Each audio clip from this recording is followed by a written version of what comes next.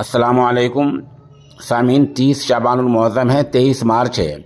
ख़बर का उन्वान है, पड़ोसी मुल्क पाकिस्तान के सूबा सिंध में हिंदू समाज के भगवान की तौहीन करने के इल्ज़ाम में सहाफ़ी असलम बलोच के ख़िलाफ़ मुक़दमा दर्ज।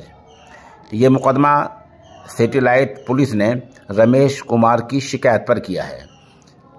असलम बलोच पर दफ़ा 295A और 153A के तहत मुक़दमा दर्ज किया गया है। इन दफ़ात में सज़ा देने की बात है। अगर कोई जानबूझकर मज़ाहिब के दरमियान नफ़रत फैलाता है और लोगों के मजहबी जज्बात को ठेस पहुंचाता है तो जिन दफ़ात में मुक़दमा दर्ज हुआ है उनमें सज़ा की बात है, उनमें सज़ा हो सकती है।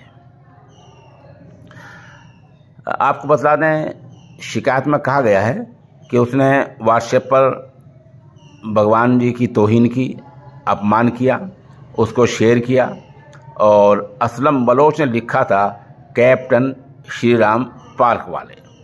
पाकिस्तान के हिंदू समाज के लोगों ने इस सोशल मीडिया पोस्ट की मुखालफत की थी। वहीं सिंधी मुसलमानों ने भी इसे लेकर तशवीश का इजहार किया था।